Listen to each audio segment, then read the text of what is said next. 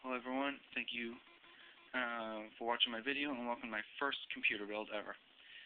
I've owned many computers, I've changed lots of parts, but this is my first one building from scratch. Ordered all my parts from Tiger Direct, very fast shipping, very good company. I'm going to start off with showing you my case here. It's a CM690 chassis I got from Tiger Direct. It is the NVIDIA case. I'm sure a lot of people have seen it is the exact same case, except this one has chrome with white or blue fans versus the green lines with green fans. On the side of the case, you can see here there's enough slots already built into the case. You get your eSATA, your FireWire, your microphone, headphones, and USB ports. The side has expansion for not one but two 120mm, 140mm fans. Very nice feature. Comes with another 120mm exhaust fan in the back with expansion for another fan down at the bottom here. It also comes with, as you can see here, there's another fan that actually mounts in the back. There's a back door that slides out so that you can access the wires from behind. Makes it a little bit neater for running your cables and whatnot. Very nice feature. Like the added feature of having a fan behind the CPU as well. Power supply sits on the bottom. Everything on this case is toolless. You can pretty much do everything on here without any hassle. All the clips slide to the side, flip up. You can slide out your drives, snaps down into place, snap it to the side, you'll lock them into place. Hard drives down here. Alright, again, squeeze it, slides out. Alright, close it back, and you can access all of these, alright, by cables in the back by just sliding out that back piece. The only thing I do not like about this case is that you cannot take out the motherboard tray. You do have to install the motherboard in the case.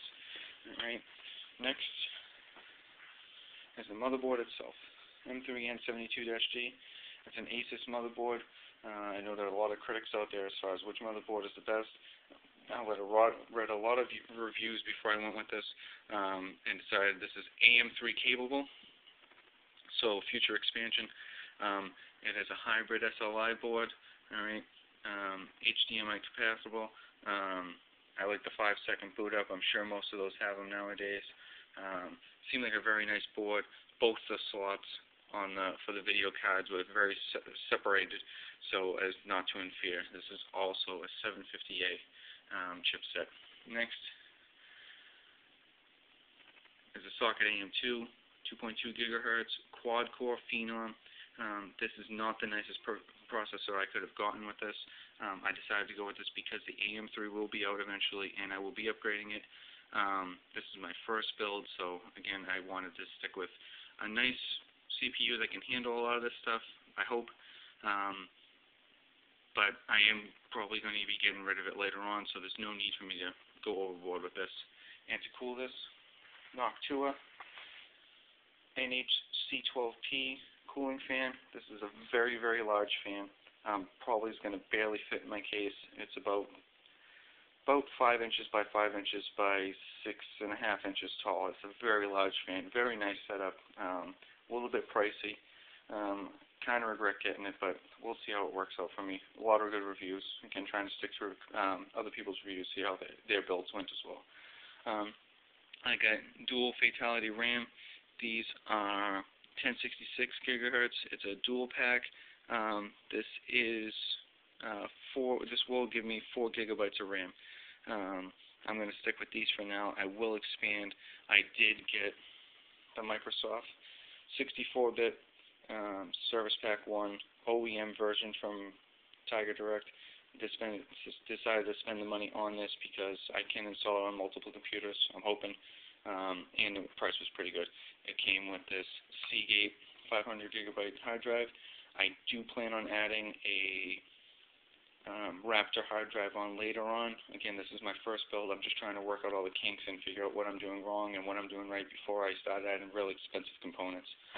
I did get an OCZ 700 watt power supply. This is SLI ready.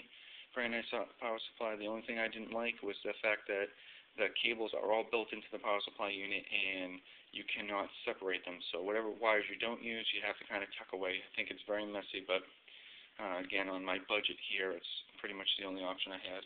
And Sony DVD drive, nothing spectacular about that. I just need to put software on this, so that's all I needed it to do. So I didn't break the bank on this. No need for it. I'm not going to be burning movies religiously. I do have another computer. It's purely just for games. Last but not least, GeForce 9600 GSO video card, overclocked, 768 megabytes. I am going to be running this in dual SLI. I do realize that there are much better cards out there now. This is very much outdated. Again, it is my first build. I will be upgrading later. That's the reason why I got this motherboard. It's very upgradable, AM2 processor. I can upgrade to the newer GTX, 260s, 270s, 280s, I hope. So, again, this is my first build. If anyone can please leave me any comments, questions. I can't answer too many questions, but I'm hoping people will leave me a lot of comments as far as, what they think I'm doing wrong or what I'm doing right, and, any criticism is very helpful. Again, thank you very much for watching, and I will keep everyone up to date as far as my build.